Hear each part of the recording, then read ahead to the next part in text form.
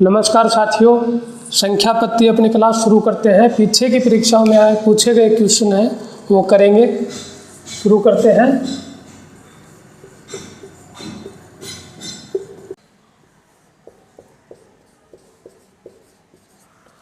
हाँ तो देखो क्वेश्चन नंबर 1 है 0, 1, 2, 3, 4 में से प्रत्येक अंक का एक बार प्रयोग करते हुए इससे बनने वाली 5 अंकों की सबसे बड़ी और सबसे छोटी संख्याओं के बीच अंतर क्या होगा। इन अंकों का उपयोग करना है और सबसे बड़ी संख्या बनानी है और सबसे छोटी बनानी है। उन दोनों के बीच का जो अंतर है वो पूछा गया है। तो देखो सबसे बड़ी संख्या लिखते हैं। किन्हीं भी अंकों की अगर सबसे बड़ी संख्या लिखनी है तो इकाई साइड से छोटा अंक लिखना शुरू करेंगे। इकाई सबसे छोटा, फिर दहाई, फिर सैकड़ा, फिर हजार और आगे बढ़ते हुए जाएंगे। इधर छोटा और आगे बढ़ते हुए।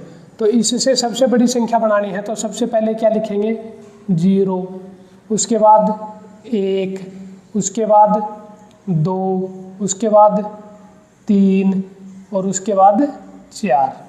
ये तो हो गई 5 अंकों की सबसे बड़ी संख्या। 5 अंकों की सबसे बड़ी संख्या तो ये बनेगी। और 5 अंकों की सबसे छोटी संख्या बनानी है तो देखो ये जो 0 है इसको लास्ट में नहीं रखेंगे, नहीं तो अंक कितने हो जाएंगे 4 हो जाएंगे। तो 0 को लास्ट से एक पहले रखेंगे। और छोटी संख्या बनानी है तो बड़े अंक इकाई साइड से शुरू करेंगे, इकाई दाई सैकड़ा घटते हुए लेके जाएंगे। तो सबसे बड़ा अंक क्या है 4, उससे छोटा क्या है 3, उससे छोटा क्या है 2 और उससे छोटा 1 है। लेकिन 1 पहले लिख देंगे तो 0 लिखने से अंक कितने बनेंगे 4। तो अपने को 5 अंक चाहिए तो यहाँ पे 0 लिखो और यहाँ पे 1 लिख दो। ये तो हो गई सबसे छोटी संख्या और ये हो गई सबसे बड़ी संख्या। अब इन दोनों का अंतर पूछा, इन दोनों के बीच में अंतर पूछा है तो इसको क्या करेंगे माइनस कर देंगे। छोटी संख्या को बड़ी संख्या में से घटा देंगे। जो आंसर आएगा वही इसका उत्तर है। देखो 10 में से 4 जाएंगे कितने बचेंगे 6। यहाँ पर 0 था, यहाँ से एक हासिल लेंगे तो कितने हो जाएंगे 10 और 10 में से 3 जाएंगे कितने बचेंगे 7। लास्ट में कितना आया 76। आगे करना है तो कर लेना, नहीं तो यहीं पे आंसर कौन सा हो गया ये सही हो गया। लेकिन इसमें एक ऑप्शन 4 नंबर का जो ऑप्शन है वो दिया है इनमें से कोई नहीं। तो 2 अंक तक चेक करके हम इसका आंसर नहीं दे सकते, इसलिए पूरे अंक निकालने पड़ेंगे। अगर यहाँ पर भी कोई संख्या दी होती तो चारों ऑप्शन में लास्ट डिजिट से ही पता चल जाता। यहाँ पे 6 आया, सिर्फ इसमें है बाकी किसी में नहीं है तो उत्तर यही होता यहाँ पे भी, लेकिन एक संख्या होनी चाहिए थी। अब यहाँ पे इनमें से कोई नहीं है, नॉन है, तो क्या होगा क्या पता सही आंसर इसमें दिया ही नहीं है, यहाँ पे आता सही आंसर। तो कितना आया 10 में से 3 गए 7 बचे। यहाँ पर 1 था, 1 हासिल लेंगे कितने हो जाएंगे 11। 11 में से 2 जाएंगे कितने बचेंगे 9। उसके बाद ये 2 बचे, 2 में से 0 गया 2 और ये 4 में से 1 जाएगा तो 3। 32,976 जो है उन दोनों संख्याओं के बीच का अंतर होगा। ये आंसर है। कितने इजी क्वेश्चन है। ये क्वेश्चन भी परीक्षा में पूछा गया है, रेलवे में ही पूछा गया है। रेलवे के अंदर एएसएम के एग्जाम के अंदर ये पूछा हुआ है। उतारना चाहो तो उतार सकते हो। इजी क्वेश्चन आएंगे परीक्षा में, कोई ज़्यादा हार्ड नहीं होंगे। अगला क्वेश्चन करेंगे।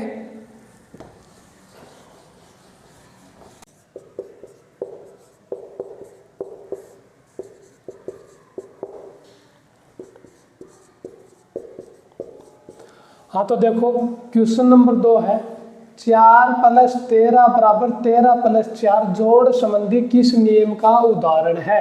ऑप्शन ए है क्रम विनिमय का नियम, ऑप्शन बी है शास्त्रीय नियम और ऑप्शन सी है बट्टन का नियम, ऑप्शन डी इनमें से कोई नहीं। ये क्वेश्चन पुलिस के एग्जाम में आया हुआ है, पुलिस की परीक्षा में क्वेश्चन आया है।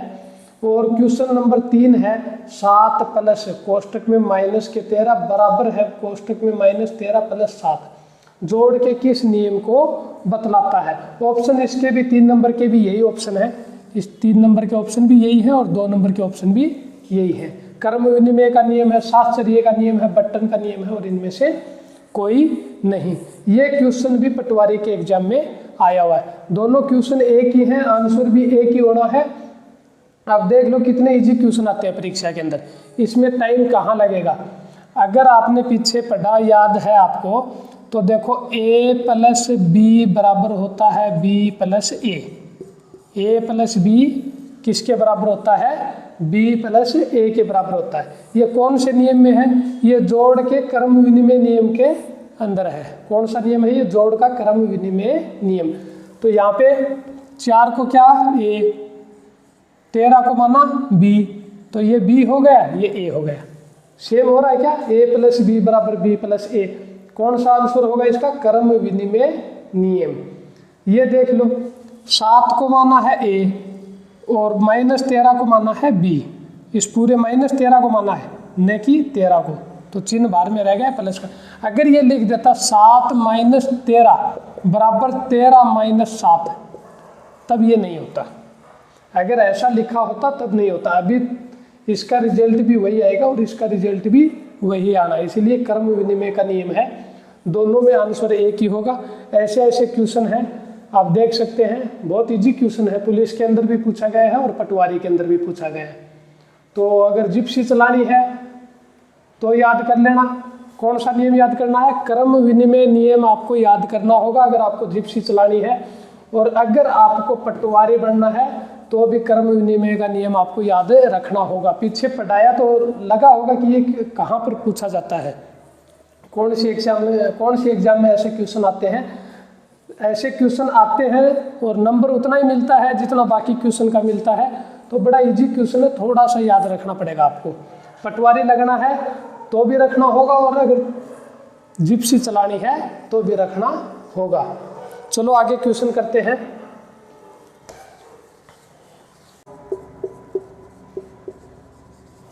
हाँ, तो देखो क्वेश्चन नंबर 4, ये भी पूछा गया है, पुलिस की परीक्षा में पूछा गया क्वेश्चन है। 3 + 5 + 7 बराबर 3 प्लस कोष्टक में 5 + 7 जोड़ के किस नियम की व्याख्या करता है। पीछे जो क्वेश्चन था वो भी पुलिस के एग्जाम में आया हुआ था, वो किसकी व्याख्या कर रहा था, क्रम विनिमय नियम के आधार पे था। और इस बार पूछा है किस पे, साहचर्य नियम के आधार पर पूछा है। हमने पीछे पढ़ा था, याद हो तो देखना। a प्लस बी प्लस सी बराबर था किसके, a प्लस कोष्टक में b प्लस सी के। कौन सा नियम था ये, साहचर्य नियम था। तो इसका आंसर क्या होगा, साहचर्य नियम। एक बटन का नियम रह गया था ना, बटन का क्या था, a कोष्टक b प्लस सी बराबर किसके था, ab प्लस ac। ये था आपका बटन का नियम। तो आगे करते हैं अगला क्वेश्चन, क्वेश्चन नंबर 5।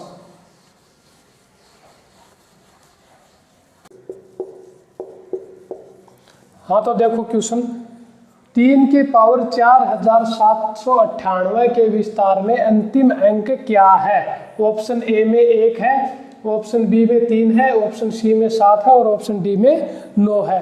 परीक्षा में आया हुआ क्वेश्चन है। तो घातांक के अंदर लास्ट अंक ज्ञात करने के लिए हमने क्या देखा था, 4 का भाग दे के देखना था। जो शेषफल आएगा वही उसकी घात माना जाएगा। अगर कंडीशन है 0 शेषफल आता है तो घात कितने मानेंगे, 4 मानेंगे। तो इसकी घात में भाग दे के देखो, 4798 में 4 का भाग दे दो, 4 एकम 4 बच गए 0, 7 4 एकम 4 बच गए 3 39 और 4 9 36 बच गए 3 38, 4 9 36 बच गए 2/4। तो शेषफल यहाँ से कितना आया, 2। पावर कितने मानेंगे 3 की, 4798 की बजाय 2। तो 3 की स्क्वायर बराबर कितना होता है, 3 3 9। तो लास्ट अंक क्या आएगा, ऑप्शन डी इसका सही उत्तर होगा। लास्ट अंक होगा 9।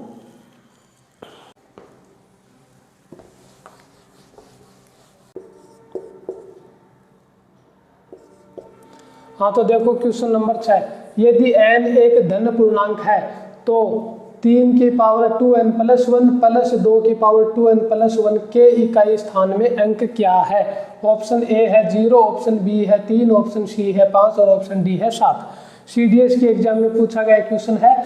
चलो देखते हैं धन पूर्णांक क्या क्या है। धन पूर्णांक देखिए, पूर्णांक है 0 के दोनों साइड थे, तो धन पूर्णांक यहाँ से शुरू होंगे और ऋण पूर्णांक यहाँ से शुरू होंगे। 0 न तो धनात्मक है न ही ऋणात्मक है। तो शुरू करते हैं पूर्णांकों में से। इस n के बराबर रख के 2 4 एक प्रैक्टिकल करेंगे, उसके बाद पता चलेगा इकाई अंक क्या होगा। n की जगह अगर कोई सम संख्या हो तो n की जगह क्या है 2n+1 है ना। अपने को क्या चाहिए, इसमें से 4 का भाग देके शेषफल चाहिए। शेषफल क्या आएगा उसी शर्त के हिसाब से इसका इकाई अंक प्राप्त करेंगे। 2n+1 है। अगर n बराबर क्या ले, सम ले, सम लेंगे तो कितना लेना पड़ेगा, या तो 2 लेना पड़ेगा या 4 लेना पड़ेगा या 6 लेना पड़ेगा या फिर 8 लेना पड़ेगा। उससे आगे फिर घूमने लगेंगे संख्या। तो देख लेते हैं, 2 लेने से 2 दूनी 4 और 1 कितना हुआ 5/4। शेषफल कितना बचेगा 1। 4 लेने से 4 दूनी 8, 4 का भाग पूरा पूरा जाएगा और शेषफल कितना बचेगा 1। 6 लेने से 6 दूनी 12, 4 तिये 12 और शेषफल कितना बचेगा 1।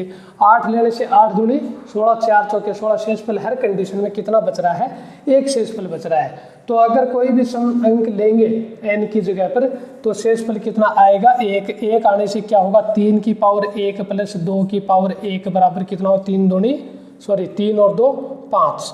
तो इकाई अंक अगर n बराबर सम हो, n बराबर सम हो तो इकाई अंक हर कंडीशन में कितना आ रहा है 5 आ रहा है। शेषफल क्यों 1 बच रहा है। अब अगर विषम लेके देखें, विषम n ये हटा देते हैं यहाँ से। अब अगर विषम लेके देखें तो क्या होगा, सम लेने से तो अपना आंसर सी ऑप्शन हो रहा है। विषम लेके देखते हैं, n बराबर विषम अंक कौन से हैं, धन पूर्णांक 1 3 5 7 और 9। कौन सा भी रख के देखें। 1 रखेंगे तो 2 एकम 2 और 1 3, 3 में 4 का भाग जाएगा तो 3 ही शेषफल है 0 बार जाके, तो कितना हुआ 3 शेषफल आया। अगर 3 रख देते तो 3 दूनी 6 और 1 7, 7 में भी 4 का भाग जाने से 3 ही शेषफल आएगा। 5 रखने से 5 दूनी 10 और 1 11, 11 में भी अगर 4 का भाग देते हैं तो शेषफल कितना होता है 3 होता है। 7 दूनी 14 और 1 15, 15 में भी अगर 4 का भाग देते हैं तो शेषफल कितना आएगा 4 तिये 12, बच गए कितने 3। और अगर 9 रख लेते हैं 9 दूनी 18 और 1 19, 19 में भी अगर 4 का भाग दें 4 चौके 16 और 3 19। विषम अंक रखने से हर कंडीशन में जो शेषफल है वो क्या आ रहा है 3 आ रहा है। तो 3 रख के देखेंगे पावर में इकाई अंक क्या होगा, 3 की पावर 3 + 2 की पावर 3, 3 की पावर 3, 3 तिये 9, 9 तिये 27 + 2 की पावर 3, 2 दूनी 4, 4 दूनी 8, जोड़ो कितना हो गया 35। इकाई अंक क्या आया 5। सम रखा था तो क्या आया था 5, विषम रखा तो क्या आया 5। तो ऑप्शन सी क्या होगा इसका सही उत्तर होगा। उतारना चाहो तो उतार सकते हो।